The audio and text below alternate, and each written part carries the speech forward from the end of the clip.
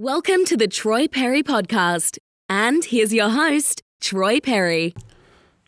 Hey, what's up, guys? Troy Perry here. Welcome to another Troy Perry Podcast. You can listen to this podcast on all your popular platforms, whether it's Spotify, Google Podcasts, Apple Podcasts, wherever you listen to your podcasts, that's where you can hear this podcast. This episode is going to be all about WCW Superbrawl Revenge. This took place in February 18th, 2001, and it was in Nashville, Tennessee.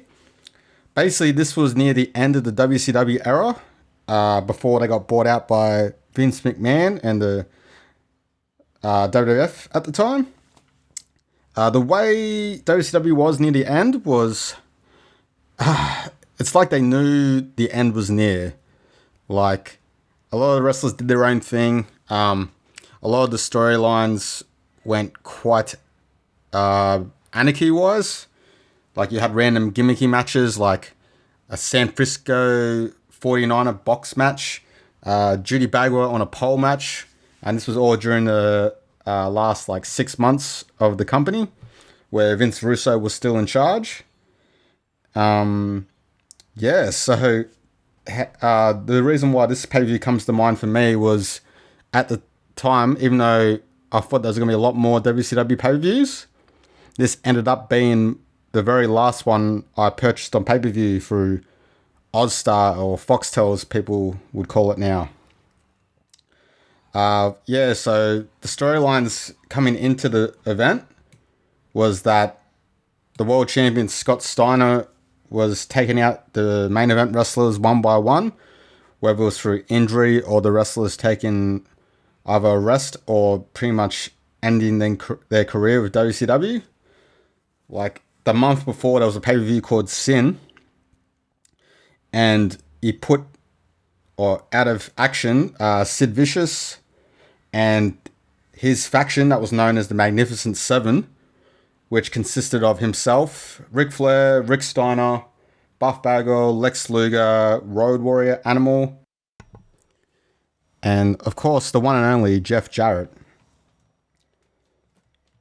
And with that faction, the Magnificent Seven, they end up in the storyline, taking out Goldberg as well. And that was the last appearance of Goldberg, was that event also. So basically, there weren't many of the big wrestlers left. So the next one that came up to the plate to verse Scott Steiner in a feud was Big Sexy Kevin Nash. Now, Kevin Nash, he copped a lot of flack during the WCW days because for a good part of the time, he was the head booker, and he booked himself to end Goldberg's undefeated streak, which occurred Starrcade 98, I believe. And he also was in all the main storylines. He never was diminished into a mid-card sort of range. And, of course, him and Scott Hall came over and they got big paychecks. And even though it was well-deserved after the formation of the NWO, Nash cops a lot of flack. Just mostly for being in the right place at the right time. However, obviously, he's a founding member of the NWO. If it wasn't for the NWO, WCW would have went out of business a lot sooner than it did. But anyway, so let's get into the pay-per-view itself. So it was in Nashville, Tennessee, February 18th, 2001. The very first match on the card was a 6-way cruiserweight match, elimination style. It featured, the original booking for it was, there was going to be Billy Kidman, Evan Courageous, Kaz Hayashi, Jamie Noble, Shannon Moore, and Yang. However, in the pre-show, I didn't even know the actual pre-show happened. Actually, it wasn't that advertised back here, but basically there was a pre-show, and in that pre-show, Kidman was getting interviewed backstage, and then he got attacked by a Road Warrior Animal. It sort of was later scripted that it seemed like he did that due to an agreement Ric Flair had with Chavo Guerrero, who was the Cruiserweight champion at the time. I guess assuming Kidman was his biggest threat for the title out of these guys, because the winner of this particular match would go on to get a title shot at the very next pay-per-view. Agreed? So obviously, with Kidman being out, then he got replaced by Sugar Shane Helms, who was Shannon Moore's partner. They were called 3 count, even though there was 2 of them. But that's because they kicked Evan Courageous out of the group, so that's why it would have been 3 count. But anyway, so with that match in particular, in the order that it went, Evan Courageous was the first to get eliminated in 10 minutes and 21 seconds. He was eliminated by Yang. The end of that part of the elimination was a bit of a botch. Look at it, there was a bit of hesitation between the two, as well as Yang's tried to look like he was going for a springboard splash, and he slipped off the rope, so he botched that, which can easily be seen if you watch it through the WWE network. And he ended up just doing a neck breaker and getting the pins, so made Courageous look a bit weak. At 10:51, then Yang got eliminated by Jamie Noble, who you end up seeing later on in WWE, mostly on SmackDown as a cruiserweight as well, with Nydia as his valet / trailer park girlfriend. He still works in WWE today as a road agent, I believe. Next, he was eliminated by Shannon Moore. Then there was a little agreement, looked like, between the tag team of Shannon Moore and Shane Helms to work on Kaz Hayashi. And then Shannon Moore tried to cheap shot Helms and get the cheap victory, but he was unable to. And then he was eliminated next at 15 minutes 11 seconds to Shane Helms.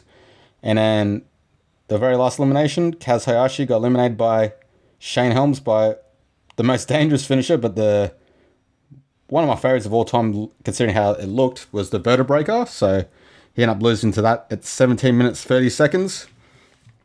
So Shane Helms, who was the last minute replacement, ended up getting the victory and the title shot against the champion at the next pay-per-view. It was a good match, 17 minutes 30 seconds. Probably match of the card. They stole the show.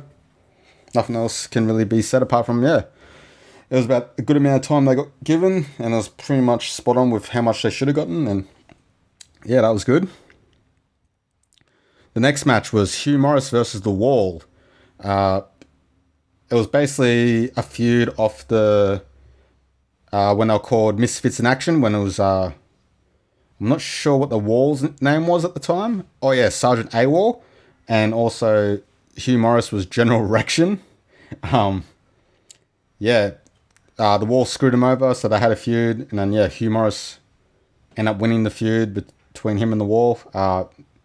He won this match in 9 minutes 43 seconds. It wasn't great, but two big boys going at it, and went for probably a little bit longer than it should have, but there was nothing really wrong with the match. It was just two big guys going at it. The next match, it was for the Tag Team Championship. It was between Sean O'Haire and Chuck Palumbo versus Mark Jindrak and Sean Stasiak. This was the fallout from the Natural Born Thrillers faction. Previously, Palumbo and Stasiak were partners, and O'Haire and Jindrak were partners. Palumbo and Stasiak had the tag team titles first. Then later on, when the group hit its peak in was around maybe October that year, it was Jindrak and O'Haire were the champs.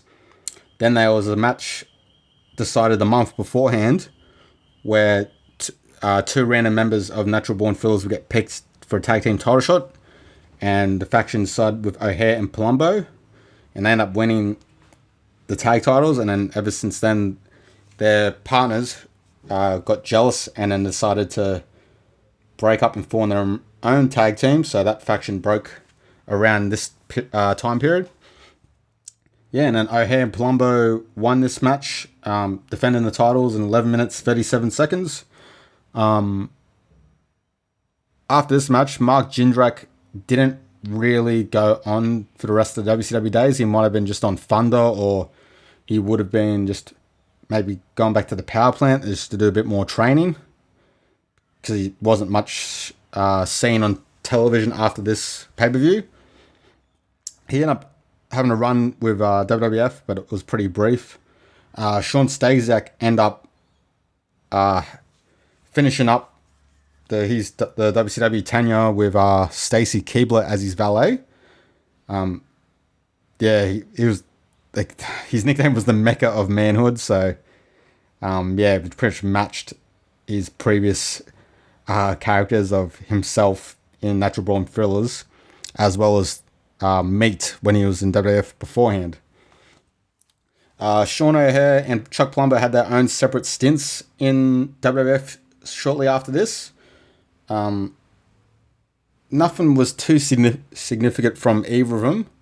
But the most major thing was maybe Palumbo ended up being a tag team with Billy Gunn, known as Billy and Chuck. So they were pretty popular for a short period of time, but that's as far as they went with their WF tenures. The next match was for the Cruiserweight title. It was Chavo Guerrero Jr. versus Rey Mysterio Jr. Of course, not many people remember this period, but some people still don't remember that, in this time period, Rey Mysterio was unmasked. He lost a masked match, I believe it was against Kevin Nash and Lex Luger when it was him and Conan versus them. And he had to take off his mask, and then the last, I believe it was maybe a year and a half, 2 years, he was unmasked wrestling. The match ended with Chavo Guerrero Jr. getting the win in 15 minutes, 54 seconds. Chavo was getting a good run here. He was the main cruiserweight heel, and he was looking pretty unbeatable. And then, just near the end of the WCW tenure, they ended up having Sugar Shane Helms get the better of him, and that sort of ended his streak until he had a good run in WWF right after, forming a tag team with his uncle Eddie Guerrero. And the Guerreros are killing it. The next match, it was for the US Championship. It was between Rick Steiner and Dustin Rhodes. Dustin Rhodes was only in WCW briefly in between stints as Goldust in the WWF. He's still wrestling today. He's now wrestling in All Elite Wrestling with his brother Cody as the vice president of that company. He still had a pay-per-view match recently, and he still looked pretty good for his age. And considering that he was getting, maybe he was probably even past his prime here, and he was still going good. So this was in 2001. So nearly 20 years, and he's still going strong, really. Rick Steiner was known to be pretty stiff in terms of being not pulling back on punches or kicks or anything like that. So it was good that he had he was still able to keep his professionalism near the end and still go good, really. Still be able to put on all right matches. And he ended up beating Dustin Rhodes in 9 minutes and 11 seconds. The next match, it ended up being a handicap match. It was supposed to be Chronic versus Totally Buff. So it was supposed to be Bryan Adams and Brian Clark versus Lex Luger and Buff Bagwell. The segments in between on the pay-per-view, there was the commissioner, Lance Storm, informing Chronic that Brian Clark had to see the WCW doctor before he could get cleared, and nothing ever came of it. It ended up being a handicap match, and then Totally Buff ended up winning in 6 minutes, 25 seconds, and even in one point, when it looked like Brian Clark was coming to the ring to help Bryan Adams, it was actually Mike Awesome dressed as Brian Clark to attack Bryan Adams as well. So the fallout after that was basically Totally Buff ended up getting a title shot at Greed for the Tag Team Championship. And they basically got squashed by Palumbo O'Haire, which was quite a surprise booking, whether the booking was made to make them look better before the closure of WCW. But it made Luger and Buff look willing to get the young guys over, so that was good. The next match, it was for the position of the commissionership between Lance Storm and Ernest the Cat Miller. previously, before this match, Lance Storm won the commissionership from Ernest Miller.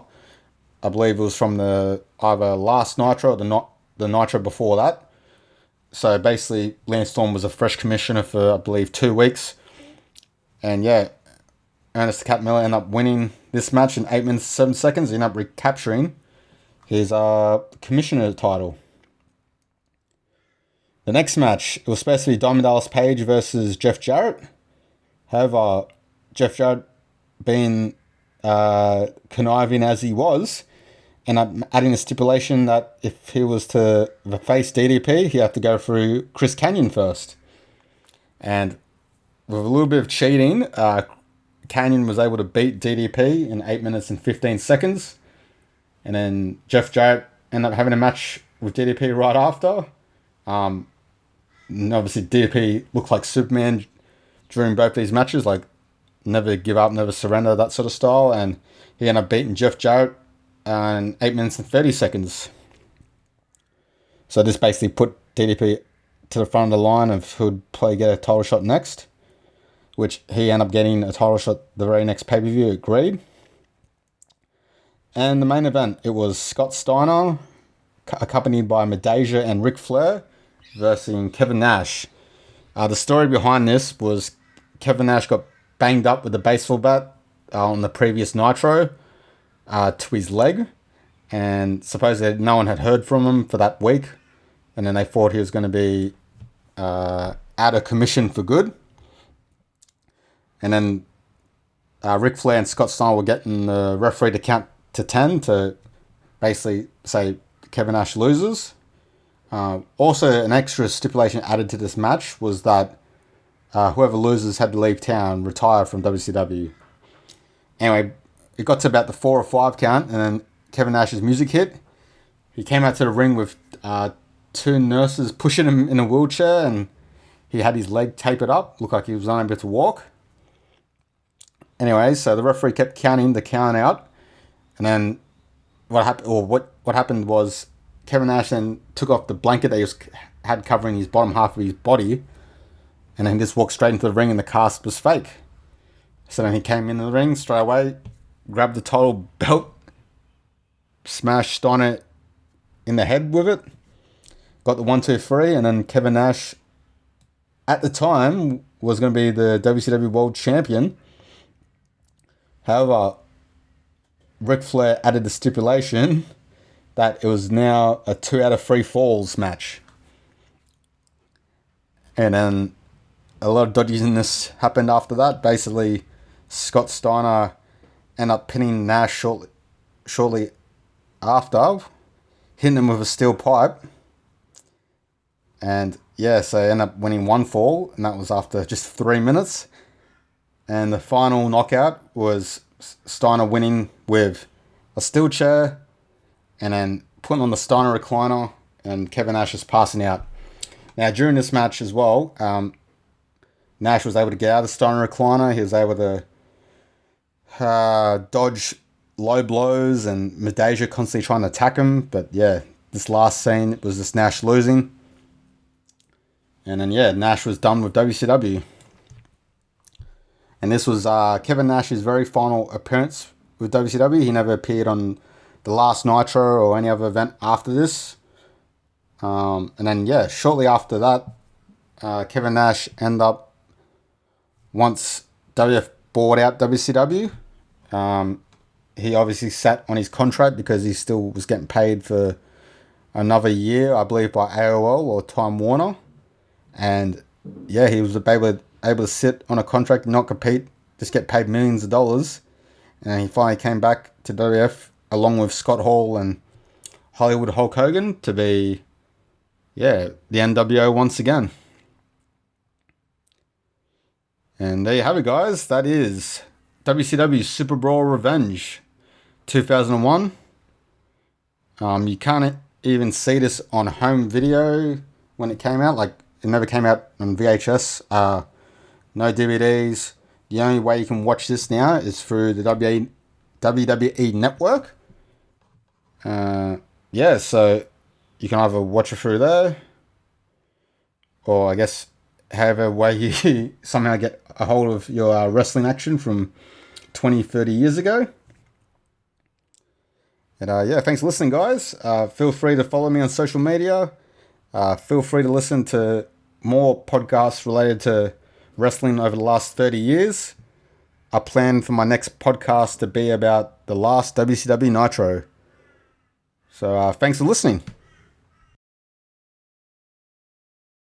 Thank you for listening to the Troy Perry Podcast.